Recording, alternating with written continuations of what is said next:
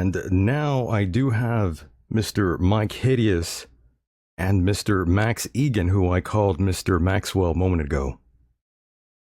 I'm not sure why I called him Maxwell.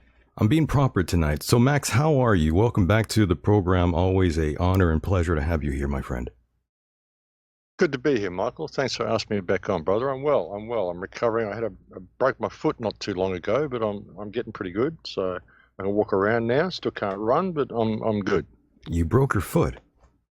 Yeah, I just slipped on the steps and broke my foot, and it was actually perfect timing. I was due to go to Mexico 3 days later to speak at Acapulco. I broke my foot. I couldn't travel. Had I gone to Acapulco, I would have ended up in Peru, and I would be in a absolute severe lockdown situation right now in Peru, had I not broken my ankle 3 days before travel. So, wow. Providence, as it were, you know. Spirit Understood. didn't want me to go. I know. Somebody didn't want you to go. I was flooded in and all sorts of stuff, and I'd already figured out how to get through the floods. There's no way I was going to miss this flight, you know. Word. So Spirit just said, listen, okay, you're not listening, so break your foot for a while. How's that? So, yeah. And then the world just changed since the last time we spoke, Max. The world changed a week later, and it was quite amazing, So, had I not broken my foot, I'd be in a terrible, terrible position right now. I'd be trapped in the jungle in Peru under lockdown with a 4 p.m. curfew, only allowed out for 1 hour a day, with no flights out of the country and no travel back to Lima to be able to get out. So, you know. Interesting, very interesting. Yes, these are interesting times, and I've been catching up with you on YouTube, and I'm glad to see you out there living healthy and looking healthy, and I'm very jealous of you, by the way. It's beautiful out there in Australia, and your scenery, my God. Yeah, it's nice. I've been kind of doing that. I mean, I've had a break from the radio shows. I mean, I've been doing the radio shows like weekly for nearly 12 years, and it was just starting to get to me. I just needed a break. There's so much editing goes into all the shows every week and all this sort of stuff. And while people are in lockdown, I thought, well, it'd be good for them to see what the world's really like. We have excited peacocks in the yard here. I like that. And obviously enjoying the show.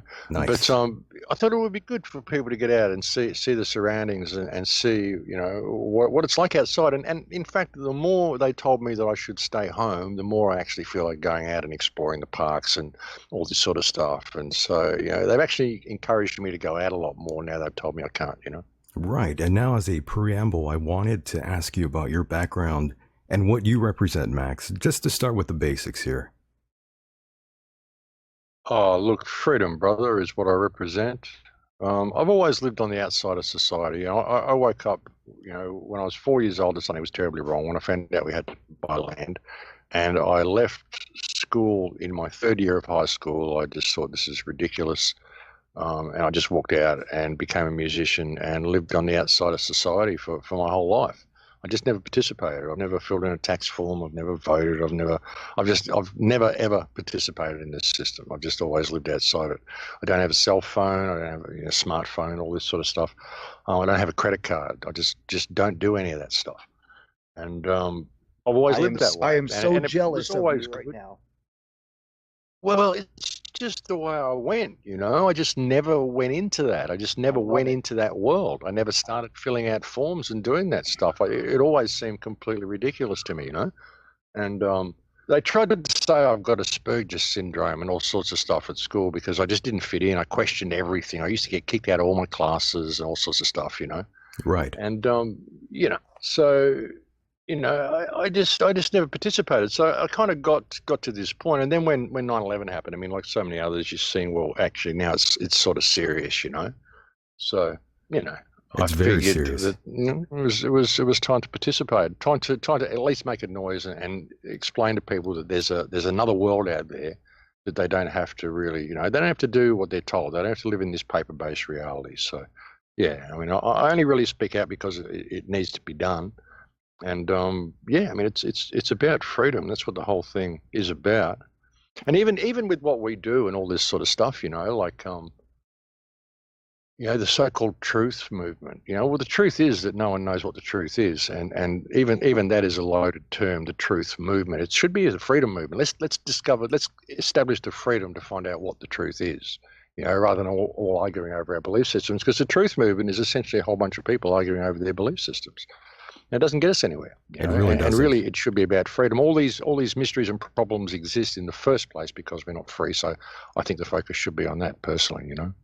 Well said. And by the way, on a complete side note, Max, I'm looking at a photograph of you here in the live chat room, and I can't help but think you look just like Cliff High. Do you know Cliff by any chance? I don't, but a lot of people. I mean, I've seen pictures of him. We do look similar. One head, two eyes, beard. Shaved heads. Are you sure you're not similar, Cliff? But you might be his twin. I think people get to the age of 50 or 60, and they've got a sort of greyish beard and a shaved head, and they wear glasses, and people go, "Wow, you all look alike." Well, it's just kind of being human, I think. Understood. But similar in many ways. Two arms, two legs, one torso, one head, two eyes. Quite similar. For that. We're all one, as they say, Max. As the hippies like to say. And Max, I've got to ask. And I've got to ask about COVID-19, Max. I wanted your thoughts and opinions. I've looked into this. I've gone to every rabbit hole. I've changed my opinion on it so many times, trying to figure out what it is. Whether it was a bioweapon, whether it was 5G causing it, whether it's this or that. And don't get me wrong. I mean, I think that 5G can cause these type of symptoms, but I think the whole thing's been a hoax. I think we saw a show put out from China.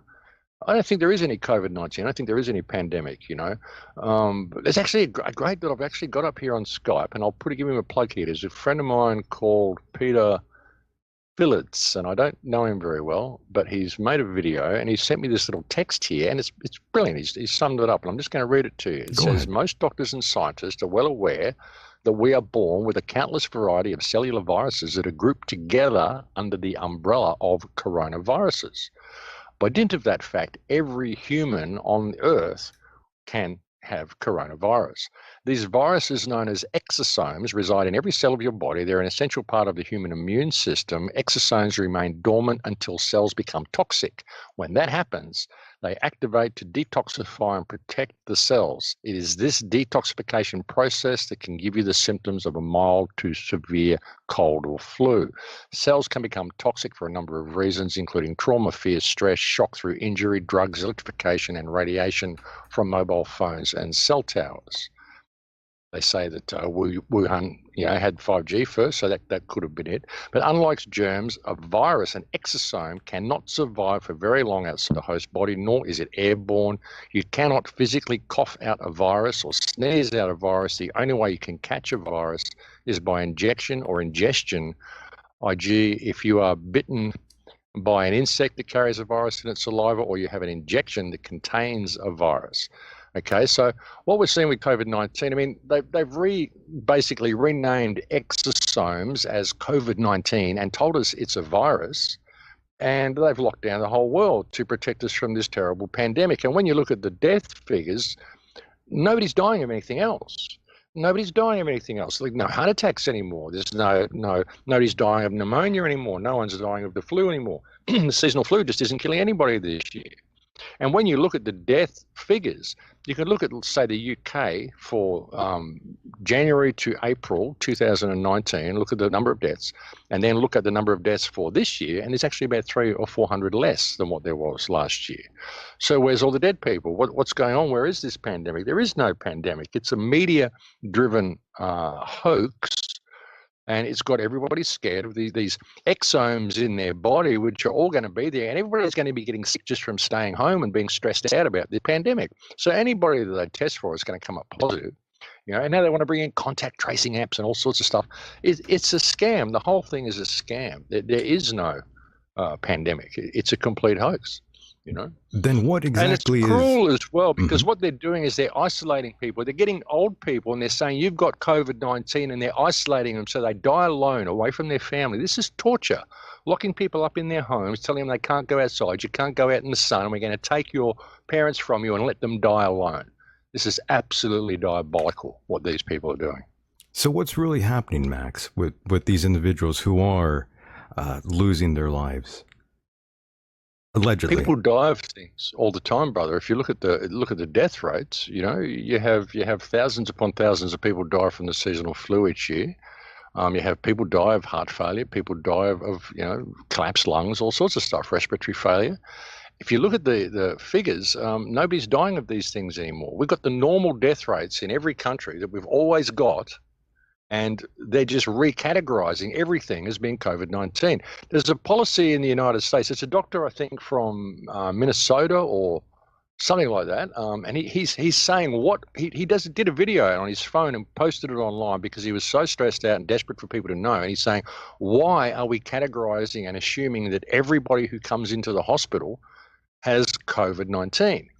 See, that's what they're doing. If someone comes into a hospital now during this so-called pandemic, they told everybody to stay home or put all the operations on hold. So the only people we'll have coming in here will be people to treat this terrible pandemic. So everybody who comes in there, they're assuming that they have COVID-19, and they're treating them as they have COVID-19 until they find out otherwise. Now, one of the treatments for COVID-19 is to put people on a ventilator machine. If someone goes into hospital and they've got pneumonia, and you put them on a ventilator, it's going to push the liquid deep into their lungs and it's going to kill them. This is why 80% of people that they put on ventilators are dying. Yeah, 75% to so-called outbreak. I agree with you on that. And a large amount of people that do get hooked up to a ventilator will check out, about 75 to 85%. And that's pretty insane if you think about it. Yeah, and why they're doing this, why they're automatically categorizing anybody as a COVID-19 patient is because Medicare has determined that if you put someone down as a COVID-19 patient, then the hospital gets a $13,000 payout from Medicare for having that patient. And if that patient goes on a ventilator, they get a $39,000 payout. Right, so they're basically saying, well, here, we'll give you 40 grand to terminate this person, lock them away from their family, let them die alone, put them on a ventilator, you'll kill them. Oh, COVID-19, not a problem. That's the way they're doing it. It's an absolute scam, and there's so many doctors and nurses speaking out about it. And there's supposed to be all this major pandemic, and the hospitals are like war zones. They're literally putting medical staff off in certain places. Like Dallas has been putting medical staff off. There's another city that's been putting medical staff off. There's nurses and doctors here on the Gold Coast who are saying the hospitals are empty. Staff are being given time off because there's just no patients there. So it's a scam. It's a media-driven scam. People die of everything all the time. It happens all the time. And by recategorizing exosomes as being a virus and then putting people in a stressful situation, they can basically say anybody's got COVID-19.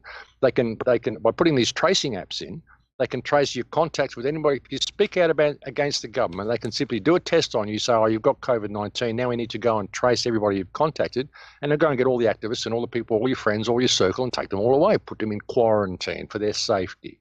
It's a scam. The whole thing's a scam.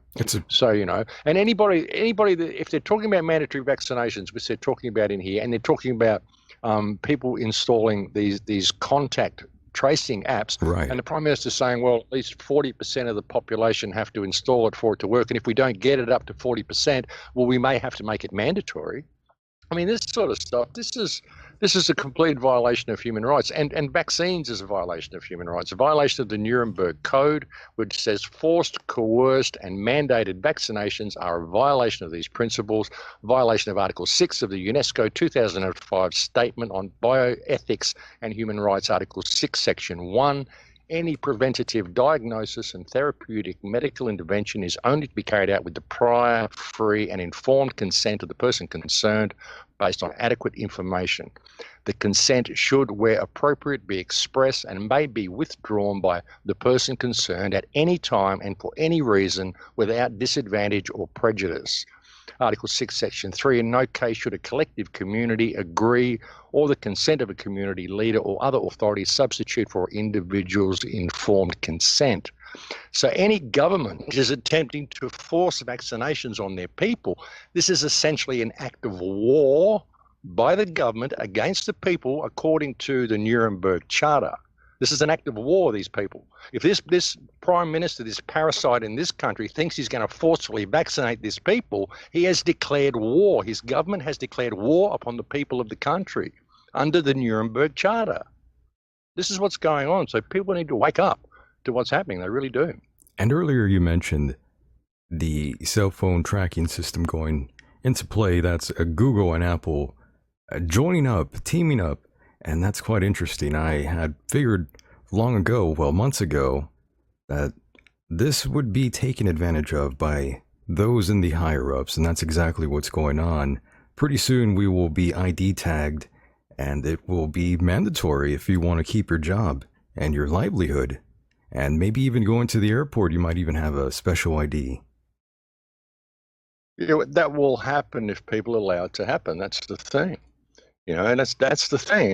It's people's compliance to this. Like I said, if they attempt to do this to you, they have essentially declared war upon their people. So why are people going to tolerate this? I mean, my first response to any of this, I don't know if I'm allowed to swear, but my first response to these people is who the frick are you? Who the fuck are you people?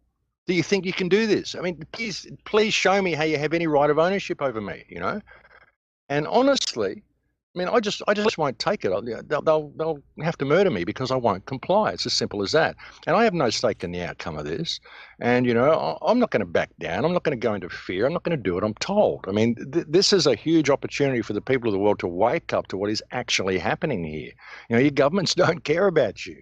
They faked this entire pandemic. They put 17 million people out of work in the United States. They put everybody in fear, everybody locked down under house arrest to protect them. This is terrorism. This is an act of psychological terrorism that your government is carrying out against you in all of our countries.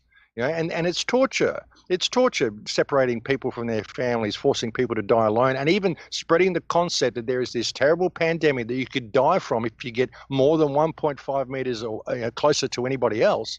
This is ridiculous. They want people 1.5 meters apart because that's how the surveillance cameras work. And what they're doing, by the way, while everybody's locked down, especially here in Australia and in the United States and in England, is they are rolling out the 5G system. And not only that, they are rolling out surveillance, facial recognition, tracking cameras all through everywhere, all through Brisbane, all through the Gold Coast here, all through Sydney. They're rolling out this whole system right now. That's what they're doing. And by what they've done with breaking down the supply chains the way they've done, there's going to be huge food shortages, and they'll say, it's all because of this terrible pandemic that happened that caused that we had to be careful at handling stuff and can't accept this from here and that. All bullshit, all complete bullshit. They've done it themselves, and they'll move us into this complete bio-controlled society. And they're talking about taking down all the pensions. The Prime Minister's now saying he needs to take everybody's pension to prop up the big companies through this crisis, So take everybody's pension, take everybody's money, impoverish everyone, create a welfare state, create a universal basic income. Everyone gets 100 grams of protein a day, and they work till they drop. That's where we're going. And it's all to protect us from this terrible pandemic. This is rubbish. This is bullshit. They're all a bunch of lies, every single one of them. And all the people out there who think Q's going to come and save them. And this is all being done to rescue the children and take down the deep state. Right. Okay, you're right. You've got people here in Australia being arrested for lying on the beach. You've got people being fined $62,000 if they cross the border. The Queensland government has collected $2.1 million in revenue just in the last 3 weeks alone. And you've got people being forced to walk 1.5 metres apart in Australia, New Zealand and everywhere so Trump can take down the deep state in the United States. Are these people serious? I mean, seriously, it's such a scam. It's such a scam, and it's happening worldwide. And people need to pay attention, brother, because we are really heading into such a tightly controlled, technocratic controlled, and a bio-controlled through the control of food, because there's not going to be any. You're going to have your little 100 grams of protein a day. And if you don't do what you're told and walk between the lines, then you get shut out. And that's it. You don't get your 100 grams of protein. You don't get to do anything. So that's what it's all about. This is a tyranny and a technocracy the likes of people cannot imagine if they do not stand up and realize what this is really going on here. Everything they're doing is in breach of not only international law, but their own law as well. These people are a bunch of parasites. This whole political system is a bunch of parasites, and it's imperative that people wake up to what's happening. Now, I must ask, Max, just to play devil's advocate here, what would it take for you to believe that there is a virus or anything of that nature? What they're saying here is causing all these deaths. What would make it real to you, Max? Dead people. Dead people. Okay. Yeah. Okay. Some evidence of it. Not seeing the death toll for this time this year being actually less than what it was last year. Shouldn't we have people dying of normal diseases? Shouldn't people still be dying of heart attacks and dying of respiratory failure and dying of the flu and dying of all these other things and car accidents and all this sort of stuff? I don't know. It's all COVID. It's all COVID now. Nobody dies of anything else. COVID-19 has cured all world diseases. It's remarkable. No one's dying of any shootings anymore either. No mass shootings, no other news, hardly any news, no problems anywhere in the world. COVID-19's healed them all. I'd like to see some dead people. That would convince. That's because the media it's sort of a blockout. All they do is talk about this particular this virus and those who are having, let's say, shootouts. I know here in America, in Chicago, I don't know how many hundreds of people die in Chicago every day from shootings, all gang related, but you don't even hear about it. Even when we didn't have the COVID virus, they wouldn't talk about it.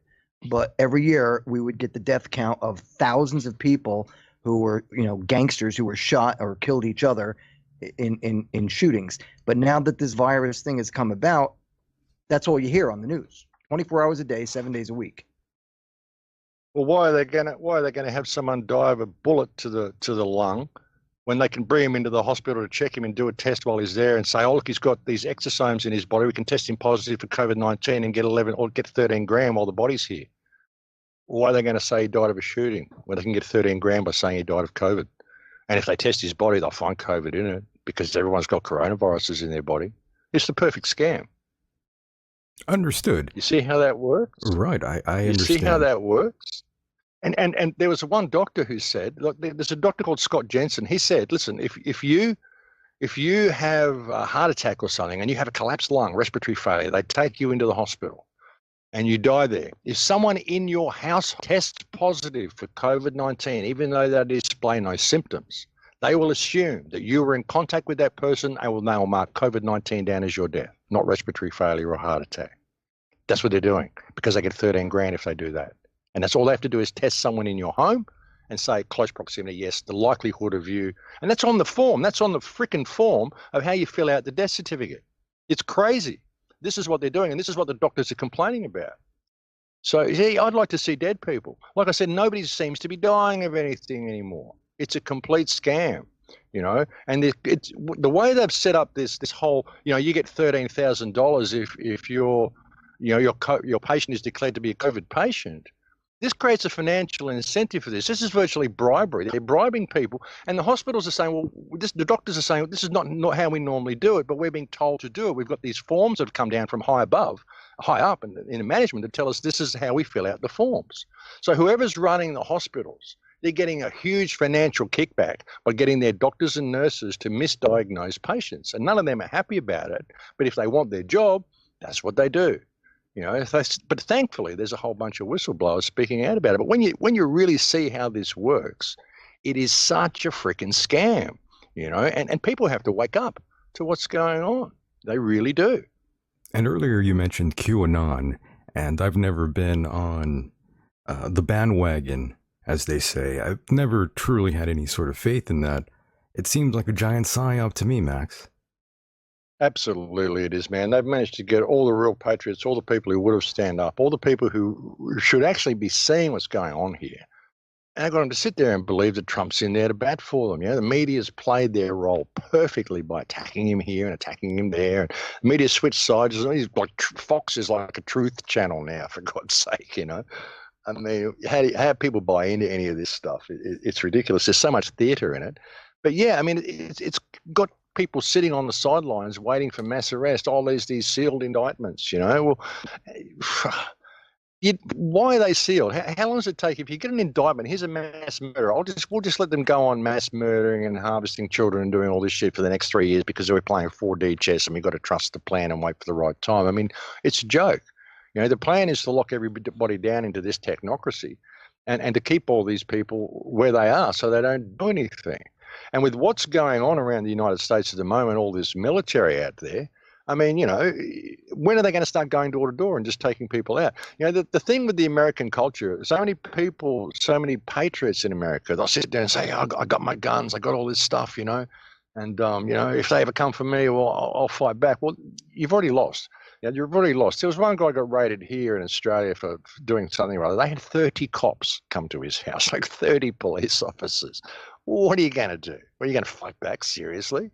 You know, if you're going to sit there and think you've got to shoot from your home when they come to get you, well, you've already lost. Because ultimately everybody, they're all truckatarians anyway. You know, they're truckatarians. And I said a year ago, all they have to do is stop the food trucks and you can go and eat all the bullets you want. You know, the Second Amendment exists in case the enemy ever gets in the gates. Well, guess what? The enemy got in the gates in 1963 when they shot Kennedy, and probably before then. You know, probably back at the end of World War II when Eisenhower warned you about the military-industrial complex. That he did. You know, I think people are leaving it a little bit late. And if you're going to sit at home and wait for them to come and get you, then you've already lost. You know, mass non-compliance. I'd like to see a huge just shutdown of all this stuff. Just go outside, a silent protest. You don't even need marches and all this sort of stuff. You know, I say to people, when you get in all these marches, and where are you marching to, and what do you intend to do when you get there? You know, because you go there and you march down the street and you yell all this stuff, and you get up there on the podium and you say all this stuff and you shake your fist and you all go home and think, wow, we did something. No, you didn't. You just went for a march and yelled at the wall for a while. What does that do? No, I agree. You know, it doesn't do anything. And when you do these things, the riot squad comes to make sure that there's a riot. That's why they're called the riot squad. They come to start a riot. All the problems are always started by the police. So you just go there, put yourself in harm's way. If people simply went out there and stood in front of the Parliament buildings and just stood there and looked and just sat there and camped and didn't say anything, and just went outside and hugged each other and didn't say anything, it would be such a statement, you know. And you know what I'm hoping to see from this is an opportunity for people, for the blinkers to come off. I mean, they've kind of red-pilled the whole world with this because it's so fake. And it's so false. Maybe people will get in touch with that divine spirit within themselves and put down all their barriers with other people and just realize what's going on here. I mean, if we look at it that way, it's a huge opportunity, you know? Yes, on all the individuals I've heard saying they won't take my guns and blah, blah, blah. We have a militia, and I rationally have to think these people are not really all there. If they really think they are going to outshoot the actual like army of sorts, they don't have enough firepower to do that. They have no clue. It's really they have no clue. They have odd. guns that will deliver. They got guns that will deliver, like magnetically fired guns that they can deliver from helicopters. They can put a round in every square inch of a property, like digitally. They can fly over a property in a helicopter and they can put a bullet in every square inch of a 10-acre property just by doing passes of it, and with total accuracy, with silent bullets that are powered by magnetics that fire so fast that you can have like 6 or 7 bullets in the barrel at one time. The technology they've got, I mean, the laser technology, the plasma technology. I mean, look what they did to Paradise, California. I mean, you know, if you think you're going to sit there with a bunch of guns and fight these people off, you're crazy. That's ridiculous. You know, what you resist persists. If people simply turned off their televisions, threw away their smartphones, and got back in touch with each other and you know, the people around them, this whole thing would go away. I've been saying to people, if you want to cure the pandemic, turn off your television and throw away your smartphone. End of pandemic. You know. So you know that's the problem. There's no amount of firepower that can stop what's coming. What it will take is us not complying with our own slavery. When they want to bring in these tracing apps, say no. And if they say, well, it's mandatory, well, it's fine. Throw away all your smartphones, so then it can't be mandatory. You know, if they put in all these facial recognition cameras and stuff, pull them down. You know, if the government here wants to put in a tracing app on our phones, Well, okay, let's have all the politicians put a tracing app on their phones so that we can keep tabs on them. We can watch who they're going and making all their shoddy deals with and which children they're going out and raping. So we can decide whether these are people that we want to have a tracing app put on our phones, because these people are actually our employees. And I think that they need to show us that they have a little bit of integrity, because their actions this far desperately sort of show to the people that they're actually a bunch of lying criminals. So, if they want to put a tracing app on my phone, okay, no worries, you first. Let's see what you're doing. But then you can't put one on my phone because I don't own one. It's a good thing you dropped out, though. I mean, Google and Apple, we've never seen this before. And now they are merging to bring us this contract tracing app that will probably be mandatory in the near future. Go ahead, Mike. Well, yeah. I was going to just say the day it gets to that point where they're going to put a tracer on my phone, I will just get rid of my cell phone. Right. Well, they've got them on your phones anyway. I mean, your phone tracks every single thing you do. Your phone actually even has a barometer in it, so it knows when you get in and out of a car. It knows when you go up and down stairs. It knows when someone else gets into the car with you because the air pressure changes. It does all that sort of stuff. So what they're doing now is they're just basically asking you to, giving you a fancy little app that looks like it's protecting you from coronavirus, but all they're really asking you to do is activate Bluetooth on your phone. Really, that's what it's about. Because if you activate Bluetooth on your phone, then your phones start talking to each other when you get really close to each other. And they want to know everybody who gets within 1.5 meters of everybody else. It's just basically teaching, convincing people to put Bluetooth on. And what Apple and Google are saying now is that yes, it's an app you can download now, but because of its importance, they're thinking of the new phones will actually have it built into the phone. So what they're saying is that what the new models of phone will be doing is they'll just have Bluetooth constantly activated, which means your phone can be hacked into and accessed and everything traced, and every single thing you're doing all the time. Very easily, they're too. just kind of telling you that's what's happening. I mean, it's under the guise of this need to protect you from this terrible virus, which doesn't actually exist. Yes, and Max, I just wanted to mention, I remember messing with many backdoor tools and remote access tools back in the late 90s, early 2000s.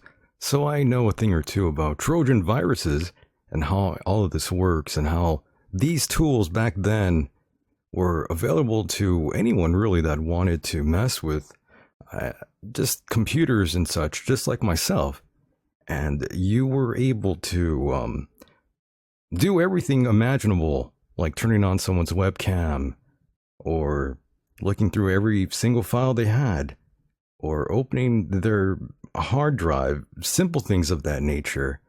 And through the works of Edward Snowden, you've come to realize a lot of the same tools now are no different from what they had back then, except now they are like supercharged. And I can only imagine what's being used today. Well, yeah, and you think of the possibilities of this. I mean, if you're an activist, you speak out, they don't like what you're saying, they come and they grab you and say that we believe that you may be infected with COVID-19. They give you a test, they find exosomes in your body. Yep, there they all are.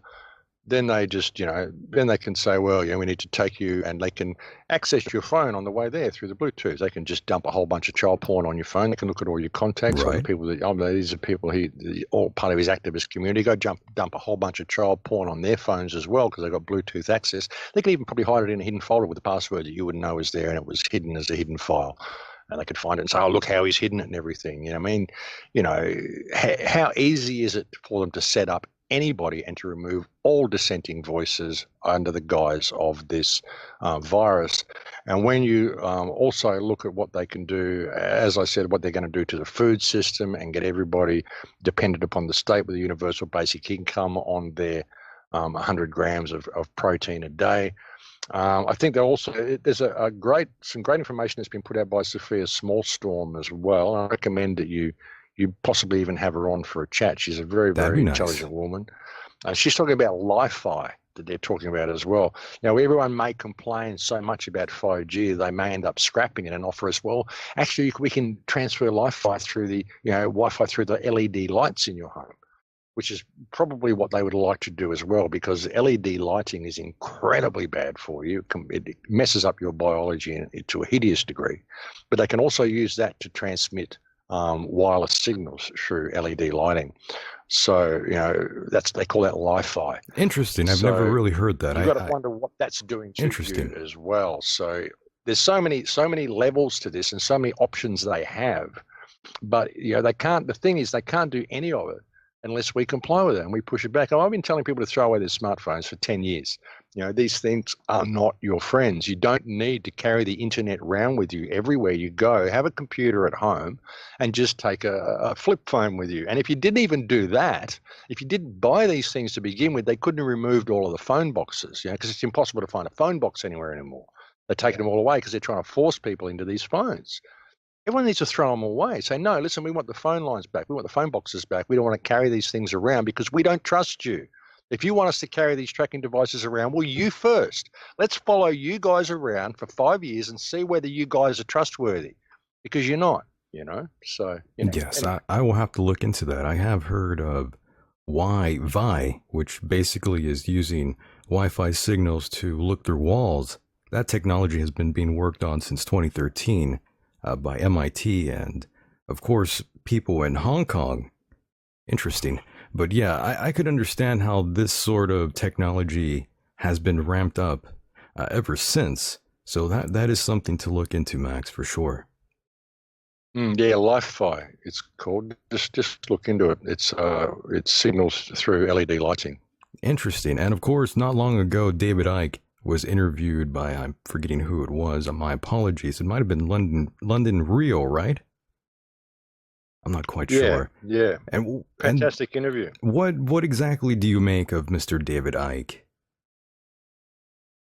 Look, I don't know him very well. I've met him a few times.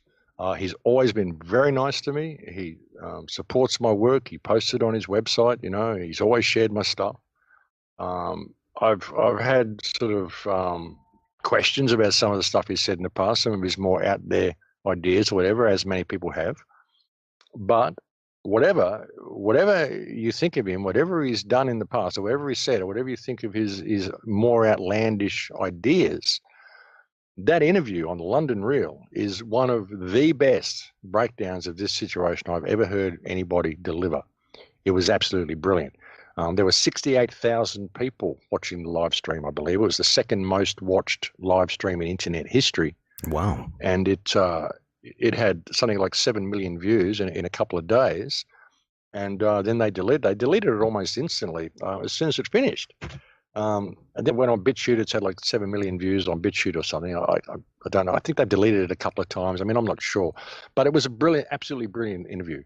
And with all of the weird stuff that's happened with David Icke and all the, the reptiles and the claims of this and the claims of that, and claiming he was the second coming and all that sort of stuff. Yeah, that little. Well, I got hard sell. I got hit with a directed energy weapon in January this year, and it completely fried my brain for about 10 days. I had a complete meltdown. It flipped my personality. So, really? I know these things are real. We all hear about it, directed energy weapons and the voice of God and all this sort of stuff, how there's these electromagnetic weapons and targeted individuals and all this sort of stuff. We all find it kind of dubious. I always did as well until it happened to me on the 13th of January this year. So having experienced that myself, and the time it took me to recover from that, and the grounding that I feel now, I mean, it's almost like it's supercharged me, because I'm like, you're going to hit me with that shit? Okay, now the gloves really come off, Understood. Yeah, so I don't have a problem at all with any of the stuff that David Icke has said in the past or whatever. Any of his more outlandish ideas, whether they've been wherever he's got them from, whether they've been channeled, whether it's been the result of directed energy weapons or whatever, I don't know. It doesn't matter. It's irrelevant. What is relevant is right now, what we're doing right now, and that interview on London Real is absolutely imperative listening for everybody who wants to know what's going on. It is absolutely brilliant. I cannot give it enough praise. I've shared it with everybody. I said to people, you need to get your family and friends to sit down and listen to this interview, and if they won't listen to it, you need to pay them to listen to it, because they need to hear what is said on this interview. So, yeah. Understood. And that video has since been removed from YouTube, as well as some of your videos and a few of mine with Jim Fetzer, a good friend of yours, Max. Sarcasm there. Oh, my. Interesting way of putting it, yeah. Yeah, but I know your videos are on BitChute as well, so we could see those that were deleted from YouTube, correct? Yeah, yeah. There was one that was deleted recently. It was called Corona Psychosis Hoax Plandemic. I don't think they liked the title. That was deleted within like 90 minutes of posting. It had like, I don't know, Interesting. 12,000 views, 15,000 views, something like that in like 90 minutes. And bang, it was gone. But it's still available on BitChute. Understood. And by the way, I wanted to take us back to simpler times. A moment here, Max, back to 2016. One of the first times I actually heard you being interviewed, and it happened to be with Eric Dubé, of all people. And that's a flat earther, by the way, for those who don't know who that is. And Max, I have to say, those individuals out there sure turned on you back then. All the flat earth heads, as I like to call them. Well, they did. I mean, there wasn't an interview of me with Eric Dubé, though. Eric Dubé's never interviewed me. Not that I know of, unless he was on some group panel that I didn't know he was there. Oh, I thought you had talked to him. No, I've never interviewed him, and he's never interviewed me. Interesting. So, it must have been a whole different thing. I think the whole flat earth thing has been a huge. It's been a huge psyop. It drove a wedge into the resistance right at the wrong time. Yeah, perfect plan. I mean, there was a real wave building in 2014. There was a real wave of unity and empowerment, and everyone felt together, and everyone was supportive of each other. And then the flat earth movement came along, and it just put a wedge straight through everything, and it made it impossible to be able to bring, all this stuff that we were trying to expose, to be able to bring it to the people, because you can go to people on the street. I mean, and irrespective of what shape the earth is, it doesn't matter, but you can go to the people on the street. I could wake them up to what's going on with COVID now. I can wake them up to the fact that this lockdown's illegal. I can wake them up to all this stuff. But then all you've got to do is say, oh, and by the way, the earth is flat. And they go, oh, for fuck's sake, he's a moron. And they walk away, And oh, I got so the story much of now. The flat earth movement, well, do, oh, whether Max, it is or not, they don't know. It's the most, it's something that they've known since they were a child. It's the first thing you learn whether it's a lie or not. It's irrelevant for the position we're in. You know what I'm saying. And honestly, you can't prove any model. There's no model that answers all the questions. So, it doesn't matter. So the earth's a prison, irrespective of the shape. What I used to say to them is listen, guys, there's a train coming. And if you guys don't stop arguing about the shape of the tracks and pay attention, it's going to hit you head on. There will be no warning. It will be sudden, and you will have no one to blame but yourself. And that's where we are right now, because everyone was all divided. And what they did is they went out, all the flat earthers went out there and said, well, I'm a truther. But I've got this belief system, that the earth is flat. And then they went out and they started exposing vaccinations, and exposing all this stuff, and they associated all of it with the belief that the earth is flat. So now if you go out and you start looking up anti-vaxxers and stuff, and the media uses this in their articles, if you start talking out about vaccinations, they'll bring flat earth into the debate. Oh, these are anti-vaxxers are the same as flat earthers. And then they can link you to a website by a flat earther, which has got all of this stuff about 5G and all this stuff about vaccinations and all this stuff, with a big picture of the earth being flat on the site. You know what I mean? So everyone goes, oh, they're all morons. These are all tinfoil hat wearing conspiracy theorists who think the earth is flat. They're all stupid. So your average Joe on the street completely switches off, which is the purpose of the flat earth movement, regardless, irrespective of the shape. It's the way it was played. This is what I was trying to tell them. Listen, you guys, you're going out there and you're just creating all this animosity, and they trolled me, and they attacked me, and they defamed me, and they made videos about me. They did everything they could to try to browbeat me into compliance. And when I wouldn't comply, I ended up getting hit with this freaking thing on January 16th. And then on January 13th, and I'm completely bamboozled. I mean, this was like the last ditch attempt to get me there. And as soon as I got hit by that, I had people contacting me saying, oh, you're an ascended master. You've just ascended. I thought, this is how they're trying to sell it to people. They hit them with this thing. It flips their personality. They believe all this shit that they can't prove. And then they think that they're this enlightened being. But my eyes were open, and I saw this thing come in and hit me. So, I think it's been a huge psyop. And, if it wasn't for that, we would have had a certain amount of unity now, and the system wouldn't have been able to roll itself out as quickly as it's done. you know. So I mean, it's all been a play, brother. It's all been a play. Understood, and I misspoke. It was actually on a forum called Dangerous Thinkers, and it wasn't an interview, but I categorized it as such. It was much more of a discussion. I know that Eric copy paste. I remember he come and tried to push all flat Earth on me when I had Gaza was being bombed, and I'd had like 4 or 5 of my friends die in a week. I was totally stressed out, and I was screaming out about Gaza, and he's saying, "Come and talk about the Earth being flat." And I'm just saying, "Fuck off, Eric! Get the fuck out of here! My friends are dying. I'll come and talk about the Earth being flat when I've gone and frickin' taken some food to the people in Gaza. All right, you know." So that was his perfect timing. Perfect timing. So even that, I think, was a complete setup. You know. Now, Max, let's push it on him now. Max, I got to be honest with you. You know, I am a skeptic, but I'm open-minded. However, you know, the whole flat Earth thing, that's kind of like my litmus test, to be honest with you. You know, once you cross that line, it's hard for me to just buy anything else you say. Yeah, it's just the truth. What I got when I had that whole experience, it was trippy because what I saw was the whole concept of AI and the whole concept of being pulled into the mainframe. You know how they want to pull us into the mainframe. How would they do that? Would they be able to do that with Li-Fi? Are they able to do it with our LED monitors? Because this is all LED lighting, which we can interact with. We are electromagnetic beings. And a lot of the thoughts we're having now, we're putting straight into this virtual world. And I got the whole thing of how if your consciousness was pulled out of your body and put into a mainframe, and that mainframe had been so well mapped that you couldn't tell the difference, how would you ever know? And then if your awareness was in that mainframe, which is a flat world, well, there's your flat Earth. It's on the motherboard, but not the Mother Earth. And if that's also possible, then there's your fractal reality as well, because there's another level of consciousness that goes into the synthetic world on the motherboard, which also creates your virtual reality. So therefore, the electrical universe, the virtual universe, the holographic universe, the flat Earth and the round Earth can all exist in the same plane of awareness, depending on where your actual awareness is. That's something I got from that experience.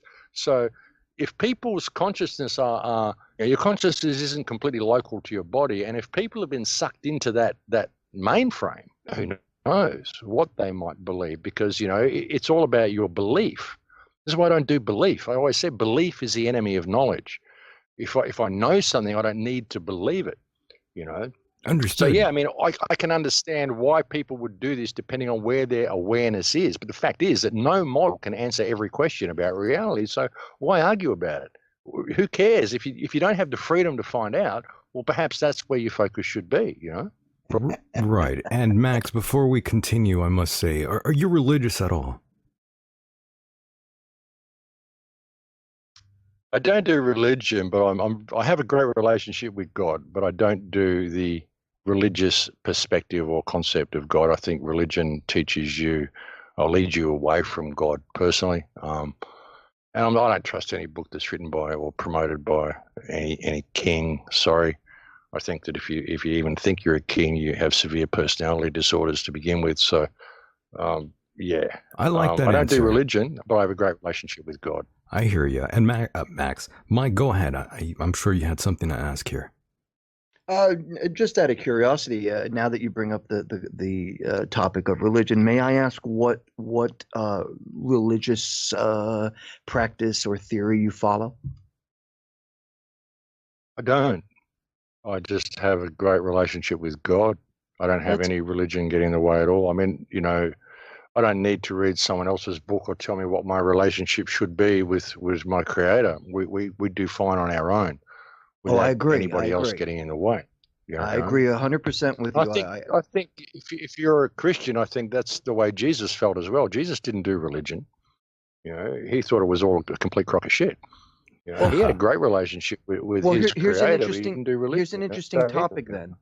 Here's an interesting topic though. So you don't follow the book of Christianity, but you believe in Jesus? I'm a little confused. Well, Jesus was a character who existed. He's I don't even think his name was Jesus. It was Yeshua, which would translate probably more like Joshua, I would suggest. But he's referred to as Isa in the Muslim religion.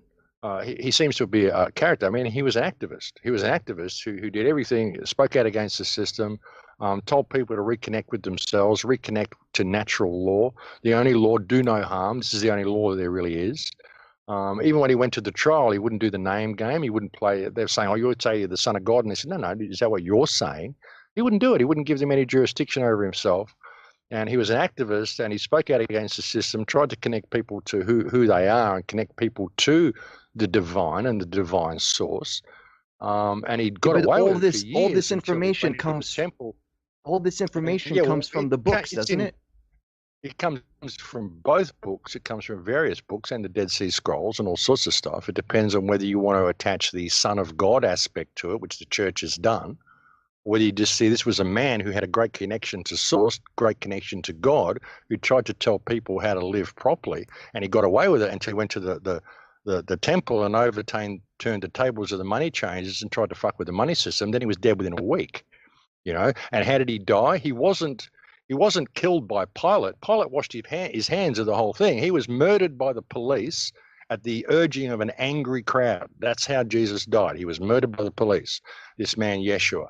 And he's talked about it in all sorts of books, but he didn't do religion. He didn't do any of that stuff. And this has all been turned into this whole thing to get people to be subservient and sit there and wait for the end times and all this sort of bullshit. Oh, we're thinking the world's all got to get bad and it's all got to do this and it's all going to turn to shit because then Jesus is going to come back and save you. Well, why aren't you doing it yourself? What makes anybody think they're worthy of saving when they never stood up and lifted a finger to help themselves and they allowed all this bullshit to go on in the world? Amazing. Jesus was an activist. And if he wasn't an activist, you never would have heard of him to begin with. You know, and Revelation, this isn't a prophecy, it's a script, so that you'll all sit there on your asses and think, oh, it all has to go this way because then Jesus is going to come back and save me. You fucking idiots. No, you're supposed to do it yourself. That's what it was trying to tell you. But anyway, that's my perspective of Revelation. And by the way, I must ask you, Max, if Jesus was here today, would he be a socialist?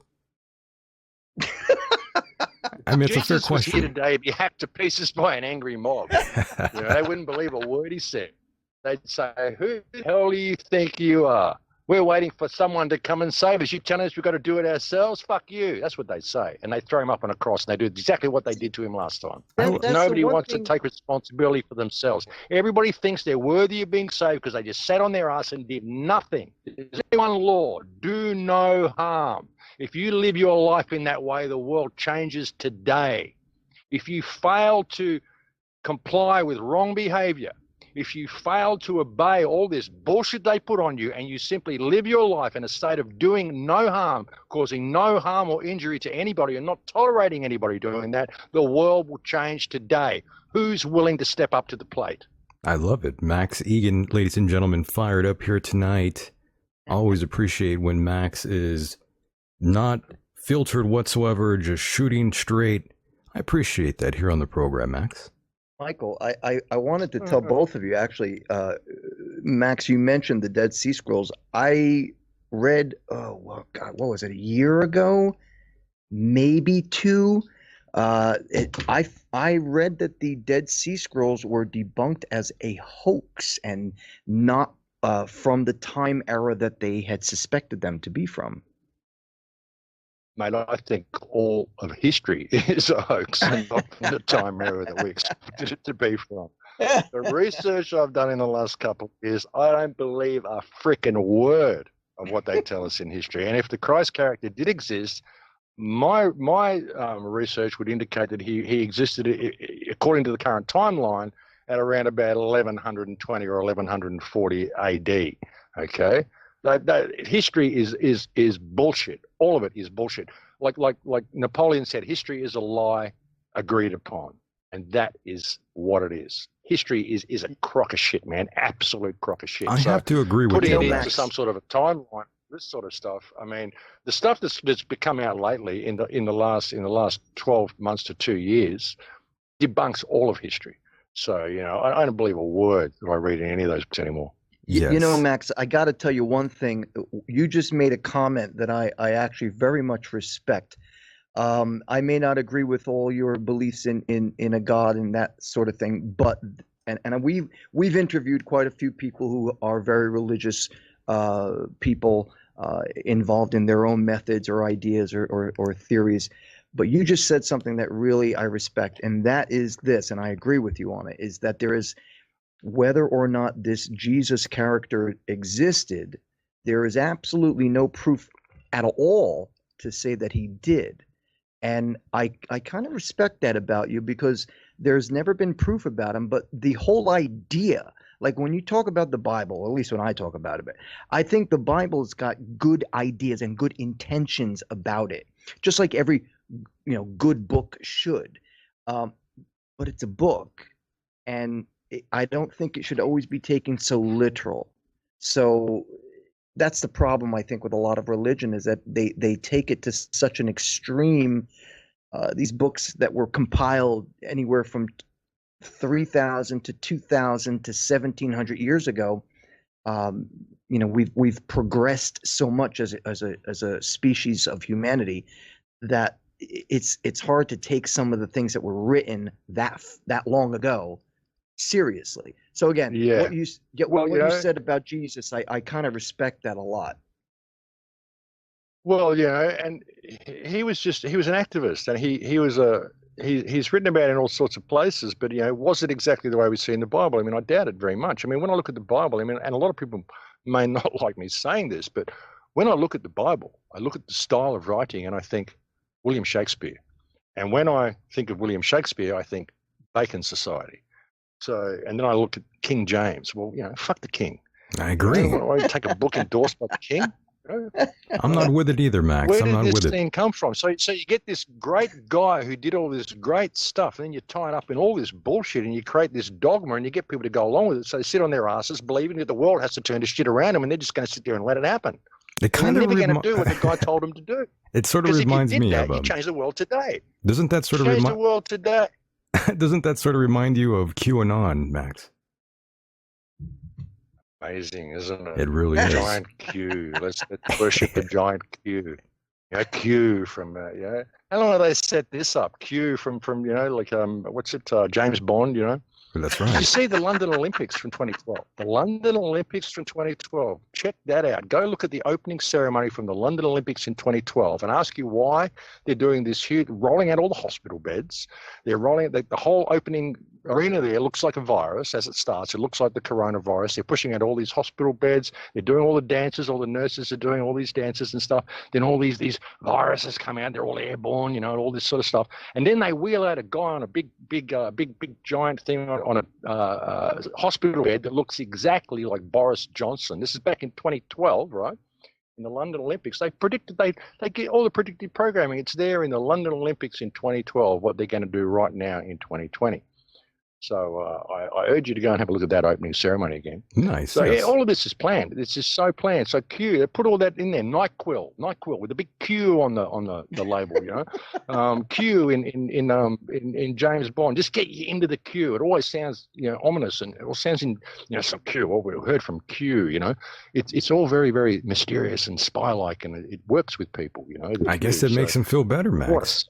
What a It makes them feel like it makes them feel better, and it makes them feel like they are a part of something. That's all human psychology. Yeah, I'm part of something, and I don't actually have to get off my ass and do a damn thing for myself. It's all going to work. I've got the new nanny. I don't like the old nanny state. I've got the new nanny, the Q nanny. The Q nanny's going to come along, and he's got a nice better bed for me to lie in. He's going to make my bed for me. I don't have to do a fucking thing. That's the way it works. All I do is sit here and believe in the Q. Believe in the Q, trust the plan. Yeah, well, the plan is to lock you all down into a fucking police state while you're sitting on your asses waiting for Q to come and save you. That's the freaking plan. Look at you. You're all in isolation now, and you're rolling at the military, and they're all bringing in these trapping apps. Did you like the plan? I hope you enjoyed it. Thank you for your participation. I love this guy. And by the way, Mike, to go back to what you were saying, you're right about that. There was an article on nationalgeographic.com talking about the Dead Sea Scrolls being all forgeries, basically. And they were not from the time that they said that they were, and they're basically a forgery, like you just said. Yeah, on the 4th floor of the Museum of the Bible. Everything's a forgery, brother. It's all a forgery. The history's a forgery. Your loss of power is a forgery. This government is a forgery. Everything they told you is true is a forgery. It's all a forgery. You know. Well, I mean, just like a good example this of is this. a perfect time for us to realize that and to rediscover what it means to be a human being. That's why I've been doing the shows outside, and just that one I did yesterday when I said, "Remember life. See this shit. This is it. This is life. I agree Remember with that you. stuff." It's not on the screen. It's not in your smartphone. It's not in your bills. It doesn't matter about your credit card. Isn't it great that you don't have your job anymore? Don't you realize how fucking useless it was to begin with? Why did you keep going and doing all that shit? You know? So think about the opportunity we've got here. You know, if people want to look at it and look at it from the correct perspective, it's a huge opportunity we have. All we have to do is say, oh, shit, I remember now, and just walk away from it. Walk away from it, everybody. You know, if I may, just for a second, Michael, Max, there was another thing I wanted to comment about what you said, which, again, I greatly respect. And that is how you made mention of how people need to stop thinking that things are going to be done for themselves and take full responsibility for their own actions. That is something I live by. It's a very important statement. It's the only way it works. Like I said, we could change the world today. Today, one day. That's all it would take. Stop tolerating wrong behavior. Do the right thing. Too many people are always, pointing the finger at either other people or other circumstances, and not worrying so much about themselves to get their act together and do the right thing themselves. And what bothers me the most is when I always hear about people who are religious who say, well, God will do this and God will do that. No. You've got to take responsibility and do things yourself. Stop blaming other, I hate it when I hear people say, well, the devil made me do it, or the devil did that. No, take responsibility. We're here on this planet to do things that we can do and get accomplished, not to worry about who to blame for when something goes wrong. Life is simply getting from problem A to problem B and surviving. Period. So I agree with you. Well, in many ways it is, but the thing is that most of the problems are created for us. If we didn't have government there, we wouldn't have a problem. That's an interesting concept, isn't it? Yeah. Government there to protect us. Who from? Well, all the other governments. China might want to come and invade us. No, China doesn't want to invade you. China is a country and a whole bunch of people in there, and they don't want to invade anybody. What it is the Chinese government may come and invade you, and that's only because your government is telling you that. And these two governments are facing off against each other, and they think, well, we may as well go and kill a few of each other's people so we can rebuild our countries. If you didn't have the governments there, then you wouldn't have any of these problems, because all the governments are doing is protecting you from other governments. You know what I mean? It's a big freaking scam. They all work together. Yeah. Governments sit there and create all these problems so that you think you need government, to look after all the problems. It's a nanny state. And like I said before, all they're doing with Q is saying, oh, we've got a new nanny. New nanny's coming in on a white horse. This is going to be a much better nanny than the other nanny. No, self-responsibility. Stop. Just do the right thing. Try it for one day in your life. The whole world will change. You ever thought of that? Yes. Jesus. The proverbial comfort blanket. That's basically what it really is. I need a different colored comfort blanket, and a new baby shaking nanny.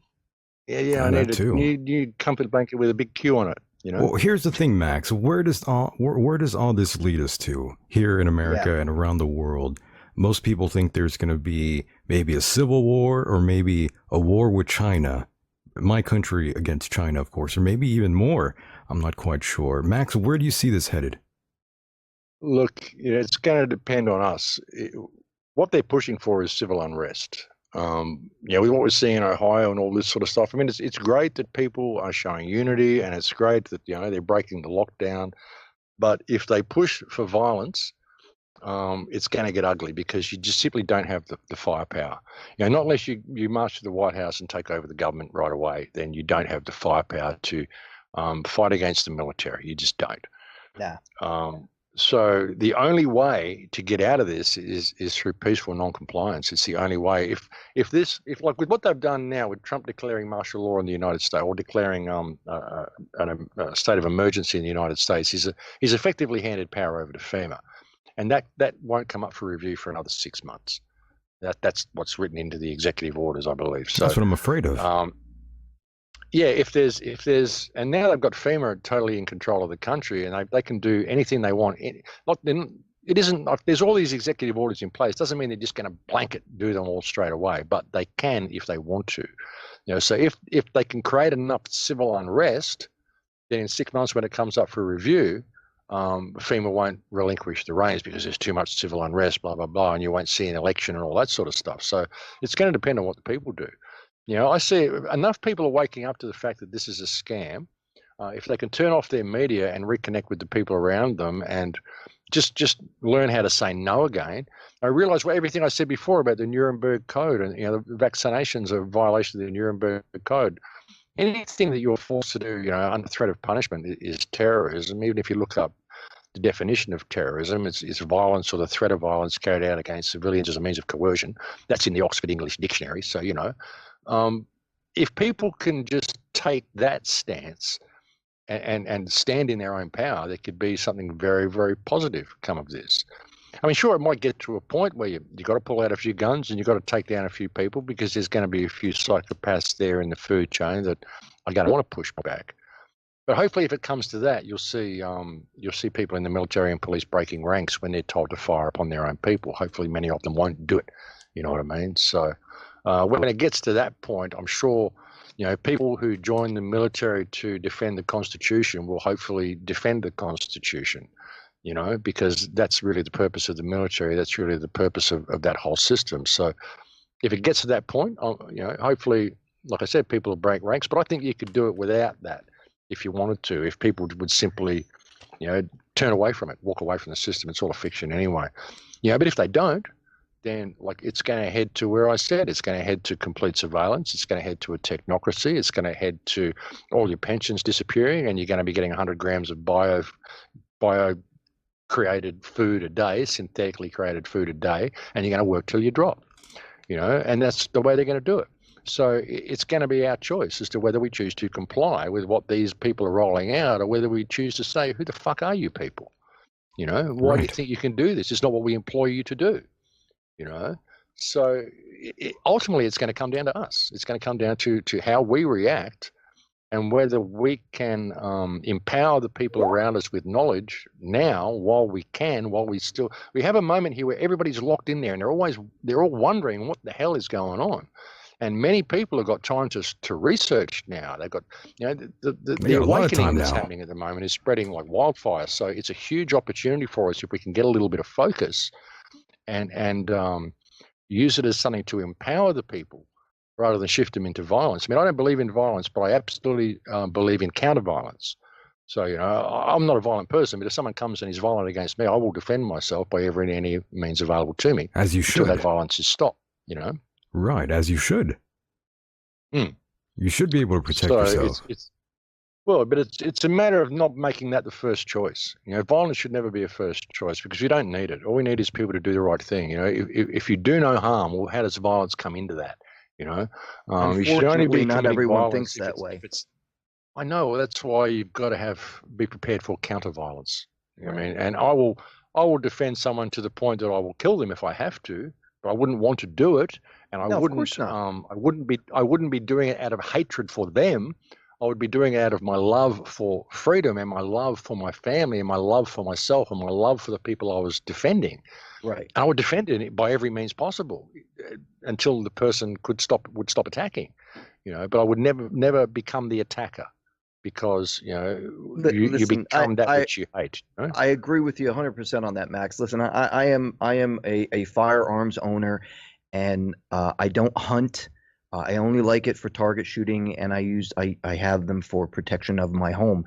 I would never, ever think of causing any harm to anyone intentionally, provided I don't get a screw loose that drives me nuts and I go do things that I can't control.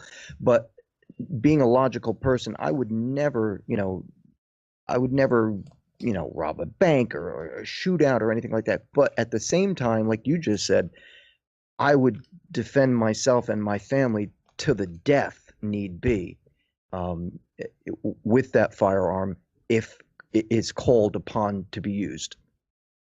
Well, yeah, you've got to be prepared to do that, but you should never become the attacker.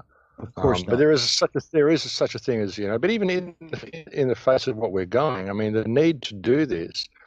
I mean, there's nothing wrong with getting angry as long as that doesn't lead to irrational behavior. But wholesome, righteous anger is what is needed in the face of what we're facing. I don't know how anybody can look at the situation we're in and look at what these parasites have done with this whole, everything they're doing. The 5G rollout, the vaccinations, this whole fake pandemic, all of it. I don't know how anybody can look at this and not feel wholesome, righteous anger, and that's what it should be. So no, people are knocking those towers down, Max. What's your take on that? Individuals are burning these 5G towers to the ground. Well, I think it's good that they're knocking them down. I mean, whether it's going to lead to more stringent control is another thing. Ultimately, the whole concept of do no harm and the whole concept of living by natural law. All people, you don't need to burn down the 5G towers. All you need to do is adopt a moral compass. Everybody, if they adopted a moral compass, none of this could work. If the people working in the telecom companies had a moral compass, the towers wouldn't be freaking going up to begin with. Right. If people could look at things, if people could just get in touch with that again, that's all you have to do to change the world, is get in touch with your moral compass. I said that on my talk yesterday when I was saying to people, you don't need Nasara. You don't need any of this shit. All you need is a moral compass. That's all you need to change the world. Everybody just get back in touch with that. I mean, I've said since I started the show back, when I first started Surviving the Matrix back in 2008, you could change the world in 3 seconds. If everyone had that epiphany and discovered who and what they were, just went, oh shit, I have value, I actually mean something. My life means something, and everybody's just a reflection of me, and we all mean something. You could change the world in 3 seconds just with that epiphany. But if you just changed your moral compass and did the right thing in all that you do, we change the world in a day. If people refuse to comply with wrong behavior, refuse to comply with any legislation which causes them to step outside their moral compass or causes harm to anybody else, then we would change the world in a day. It's really that simple. It's so simple that people can't see the forest for the trees. Oh, we've got to do this. We've got to vote in this. We've got to have that. We've got to have Q. We've got to have this. We've got to have that. All this rubbish. It's rubbish. They don't see the power that they have, by simply changing that moral compass and always walking in that, So, it's so simple that people can't see it. If I may, there has to be a war. There has to be a revolution, If I may just interject for a second, I agree with what you're saying to a point, Max.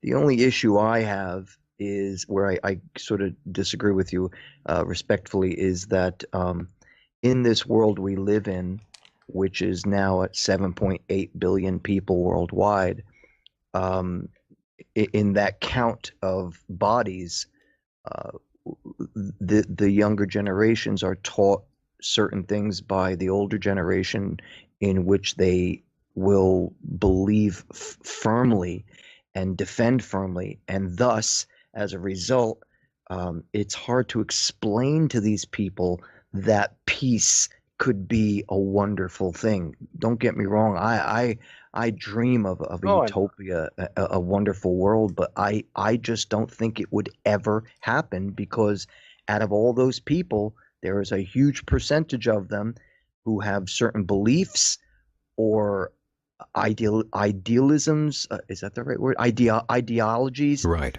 That you could never change their mind, because it's embedded in them to destroy anyone that comes between them and their ideology. Yeah, I completely understand. But then if they were to change their moral compass too, if they had a moral compass, they wouldn't think like that to begin with. You know what I mean? Oh, agreed. So agreed. I just think it's difficult. It to a deep level. But yeah, I mean, sure, you've got people that are people that grow up with a chip on both shoulders due to ancestral issues that never even affected them. Yeah, people Right. grow up with the terrible trauma of what happened to the black races in the slavery issues and all that, and they hate white people. It never happened to them. And Right. even when you look at history, it's debatable whether that even actually happened. If you go and look at the work of people like Dane Calloway and stuff, you find out actually a lot of these people actually appear to be Native Americans. They didn't actually come from Africa to begin with, because history is so convoluted. We don't actually know. All you got is what was written in the agree books. with you. I agree with you. I've We don't researched that know. subject a But thousand people times. grow up with this. And you Yeah. can talk to a Serbian who will tell you that he hates Croatians because of what happened in the war, but it never happened to him. But it That's happened right. to his parents. I was going to That's say, And he carries that grudge. it always comes It's back just to your. ridiculous. It always comes Because back he's to your read it in a upbringing. book, or he read it in the newspaper, or he read it in some journal. It's nothing he's ever experienced in his life. It's someone Yeah. else's belief system that he's taken on. Right. And it's got nothing to do with any type of moral compass, but it becomes the meaning of their life, and it becomes what aims them through life. It's crazy, But I guess I'm an idealist. I'm just I can fantasize about this. If you could just put out some wave that everyone just suddenly became moral. Well, that's the issue, Max. Imagine the change. It's always the upbringing where it always lies. With programming, That if you too. think of each person as being you're a blank slate when you come here, and then it's the software that gets installed, which is the comments and the stuff that happens to you along the way. I remember certain things in my life that completely changed my personality and skewed me off from my path completely. I carried a chip on my shoulder for 30 years about certain abuses that happened to me when I was a child. Right. Until We I got talked old about enough, and I that. realized it doesn't matter now. That was then. It doesn't matter now. And even with that, it gave me the perspective I've got now. So even with that bad stuff, there's value in it, because now I can empathize with that. I can understand other people. Understood. So, yes. You know the old saying, Max. You know the old saying, youth is wasted on the young. Yeah, it is, isn't it? Life Yeah. can be understood perfectly in reverse. It's kind of cruel, isn't it? Unbelievable. I've often thought, I'd love to go back this point in my life. And I think I woke up that morning, and I was just sitting on the side of this bed, and I think, well, I'd like to go back to that point in my life and know everything I know now. And if I knew that then, if I knew this then, I would change the world. I would have become such a powerful force in the world, and I would have changed the direction humanity is going. Yes. Right.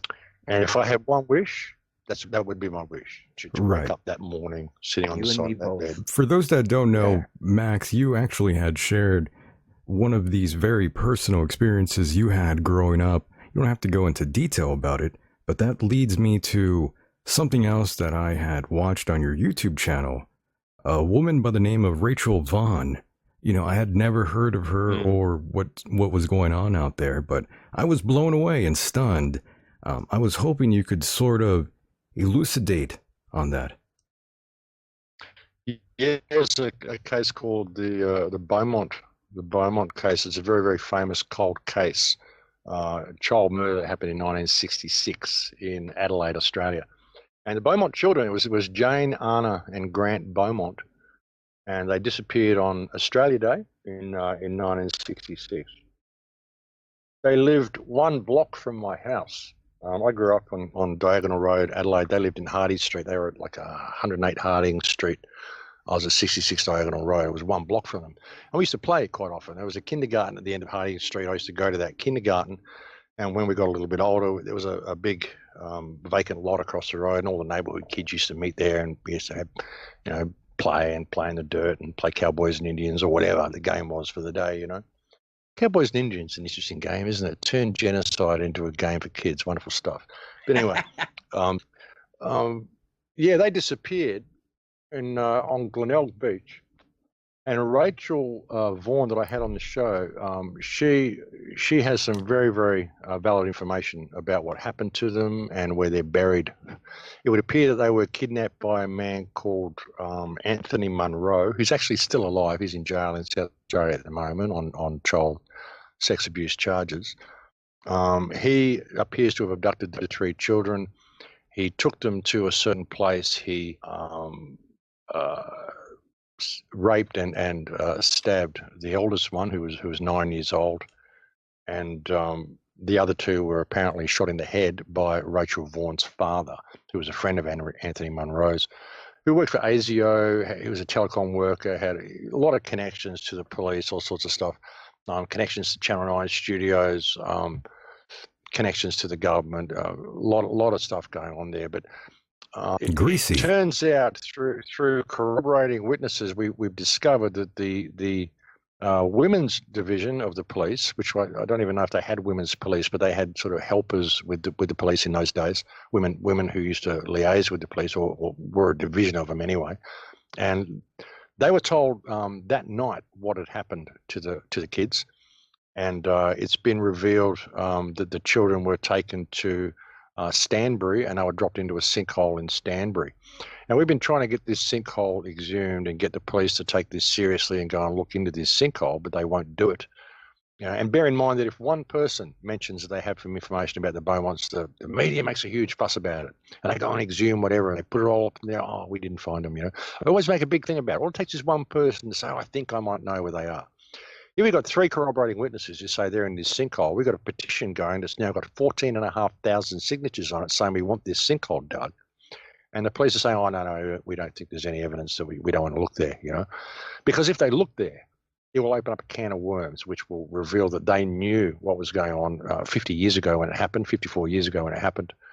And they, you know, it'll open up a can of worms. I mean, Rachel was used in porn movies when she was a kid. They were filmed in Channel 9 studios in Adelaide. The attorney, a former Attorney General of South Australia, was involved. Adelaide, South Australia, has the dubious title of being the child murder capital of the world. And when I think about my experience in Adelaide, I was raped as a child in Christie's Beach in Adelaide when I was about 4 years old, and I consider myself to be very lucky, knowing now what I know about Adelaide. I was lucky I wasn't taken, and far worse things could have happened. And even with Rachel, she talks about there are certain houses in certain suburbs that have got trapdoors that lead down into a tunnel system in Adelaide where they traffic children through the tunnel system. And I can absolutely verify that tunnel system's there because I used to play in that tunnel system when I was a kid. It goes right through the whole of Adelaide. So yeah, it was a compelling interview to have. I was very tired when I had her on. There was so much stuff I wanted to ask her, and I understand. It was the wrong microphone and all sorts of stuff. But I want to have her back on again. But I did link to 2 interviews below on that interview that I did with her. One with Sean Atwood, and one with the ITNJ, where she gives very, very detailed accounts of what happened. But it's an absolute bombshell, the information that she's got, and I completely believe her story to be true because of my own experience in Adelaide and my knowledge of Adelaide and my knowledge of what Adelaide police are, and the fact that there's so many corroborating witnesses. Even you know, Anthony Munro fits perfectly the description of the man who was seen with the children that day. And the fact that the police will not exhume this sinkhole when all it takes is one person, even a psychic. I could go there and say, I'm a spiritual psychic. I've just had a download that I think the Beaumonts are buried in this car park. And the media will make a big thing about it. And I'll go and dig up the car park and say, oh, no, they're not there, you know. But yeah, we can have 3 corroborating witnesses in a petition with 14,500 signatures on it saying dig here. And they say, oh, no, nothing to see here. You know, rubbish. It shows that you're all complicit. So it shows a level of corruption in this country. And there's someone else called Fiona Barnett. If you want to really get some in-depth information about this, you should have her on to talk about the amount of pedophilia that's rampant and the child trafficking and satanic ritual child abuse that's going on right through the entire political system in this country. And it's not just this country. It's everywhere. I'll definitely have to look into some of these names. And of course, if anyone out there is curious, I recommend looking up that interview with Rachel on Max's channel if you haven't already. Pretty interesting material. They're very shocking. And of course, Max, I have to say, I'm sorry that happened to you, by the way. You shouldn't have experienced anything like that at any time of your life. I didn't remember until I was until I was much older. I didn't remember the whole day until I was 45 years old. It was always a blank spot I had. I remembered up to a certain point of that day, and I could never remember the rest of the day. You know, your mind seems to do that, I think, when you're very young. And I think I was 4. I may have been 3. I don't know. I mean, I was a toddler. But it's hard to put it into perspective. So, but I yeah, my understand. mind waited until I was ready for that information before I had full access to that memory. So it's interesting the way that works. And even with some of the stuff that Rachel experienced in her, some of the trauma she experienced, and she experienced murders and children being hacked up in front of her and babies being cooked in front of her, horrendous stuff. And she didn't even remember all of that until later in her life, because that's the way your memory works. You've got to have a certain amount of spiritual and emotional strength in order to be able to deal with certain memories. So, yeah, it just works that way. But I appreciate the thought. But I mean, even looking at that, I look at my life. I have no stake in the outcome of anything. And with all of the bad experiences I've had in my life, I see this life itself as being a gift. And all of the experiences I've had, I didn't remember trauma enough to really say I say, yeah, wow, it was a terrible day, and how could I, cry about it? And I don't remember. I don't remember it happening, so I don't remember the pain. I don't remember any of that stuff. I remember the day. I remember what happened, but it took until I was 45 before all that came back, and then I could cope with it, and then I could remember it all, So that's the way the mind works. And it wasn't until I was at my correct point in life and all of that experience that I've had, now it provides me with the empathy to understand other people. I can see the trauma that people have gone through, and I can completely empathize with their trauma, and I can feel it from their perspective, not just sympathize with it, I can empathize with it. I came from a broken home. I was an abused child. I lived in a storm drain. I've been homeless. I've dined with royalty, and I've lived in a storm drain. So yeah, I've had a major a lot of experience in my life, and because I was a musician, because I left school when I was like in my third year of high school, and I became a musician. A lot of people want to talk to the musician. If you're out there and you're in a band, a lot of people want to get to know the people in the Sure. band. It kind of opens up all these doorways, and you find yourself. I can be talking to a drunk in the gutter outside the venue, or some guy in some royal family can really like the band and invite us all back to his house for lunch the next day. It would make sense though, So, Max, and from a psychological it point of breaks down all barriers yeah, with for people. Opens up all these barriers, all these doorways of all these different walks of life, and you can see the world from their perspective. If you're a listener, you're someone who listens to people, which I'm probably not doing very well on your show here. But that's okay. if you're someone who listens to people, then you can hear the world from their perspective. So it gives you that insight into how the world works and how the other side thinks. So it's a valuable experience, I think. I agree, and I was just going to quickly mention that you definitely have experienced some repressed memories there, definitely, from a psychological point of view. So it would make sense that you wouldn't remember these traumatic experiences at all. Until much later, of course. Well, yeah, I mean, you don't remember them until it's time for you to remember them. So you need to remember them. There's just certain blank spots and certain things and certain stuff that happens in your life that you think, what was that all about? And it might not be till 20, 30 years later for you to go, wow, now I understand that, because that puts it in perspective of this. And if I hadn't done that then, I wouldn't understand this now, So, like I said, life can be understood perfectly in reverse. Right. And Max, I do want to thank you again for being a part of the program, but I had just one more final sort of question for you before I let you go. And I do appreciate all your time you have given us here, hanging out with us and being a straight shooter, rather. I really appreciate that. No filters. But I have to ask, how would you like to be remembered, Max, in the end? Just as Max. Just as Max. Just as Maybe Max. someone who tried to help. I mean, I'm nothing special. That's the whole point. That's the whole point of the exercise. I'm a nobody. I'm a social misfit. You don't have to be somebody special to make a difference. You just have to be prepared to be yourself. And all I've ever tried to do with all of this is try to encourage people and to rediscover themselves and ask questions. That's why I ask so many questions on my radio shows and stuff and never really present the answers. And a lot of people email me and say, I think I got the answer to that. And I'm going, you're missing the point. I just wanted you to ask the question, because it's in asking a question that you find your own truth and you find your own way out. No one can ever tell you the truth.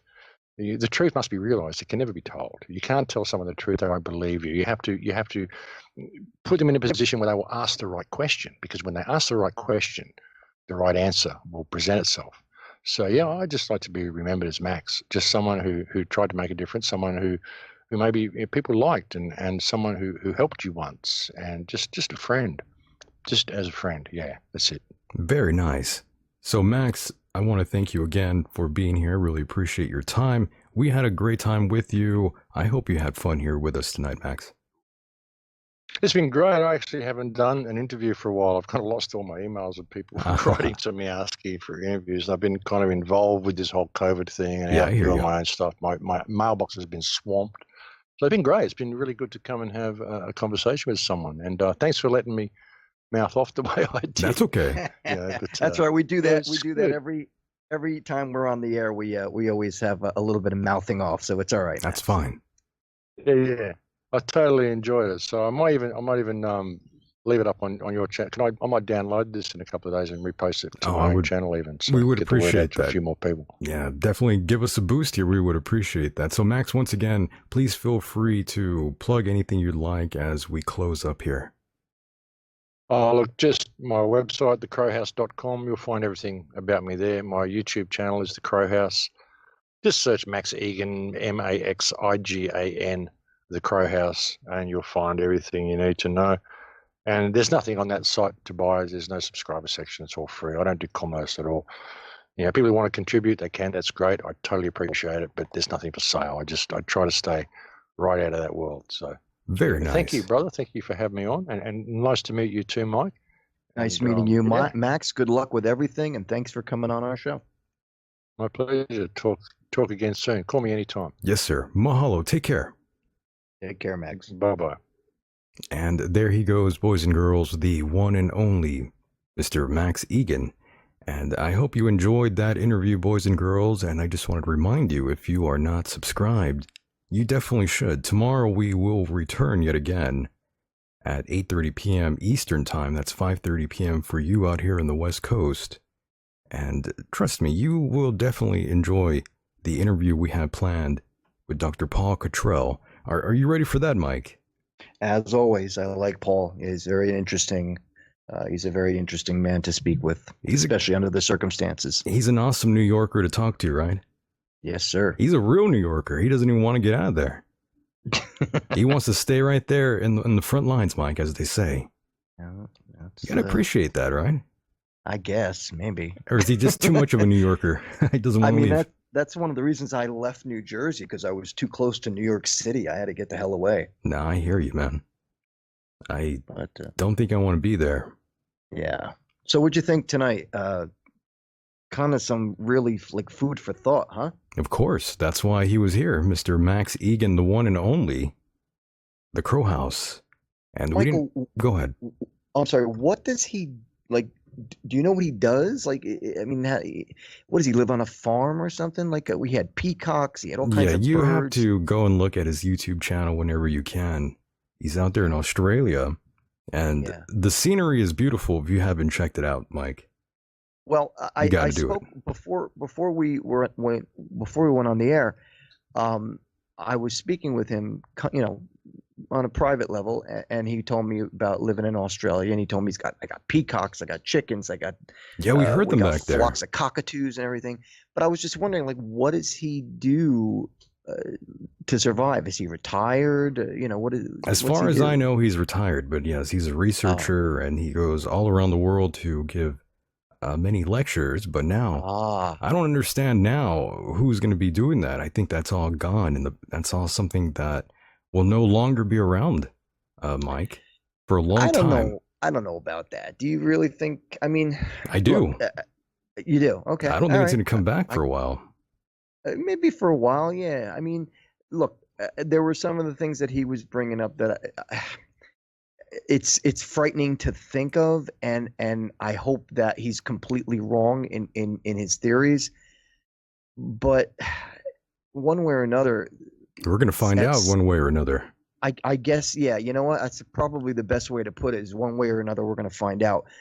But as I've told you before, I've always tried to think positively on how this thing is all going to end. But some of his comments really, like, just downright frightening. Of course. And what a time to be alive. We are finally living through what some people would refer to as the end times. And I honestly thought, Mike, that the end times would be a bit more apocalyptic in nature, rather than most of us just being in our PJs in our homes.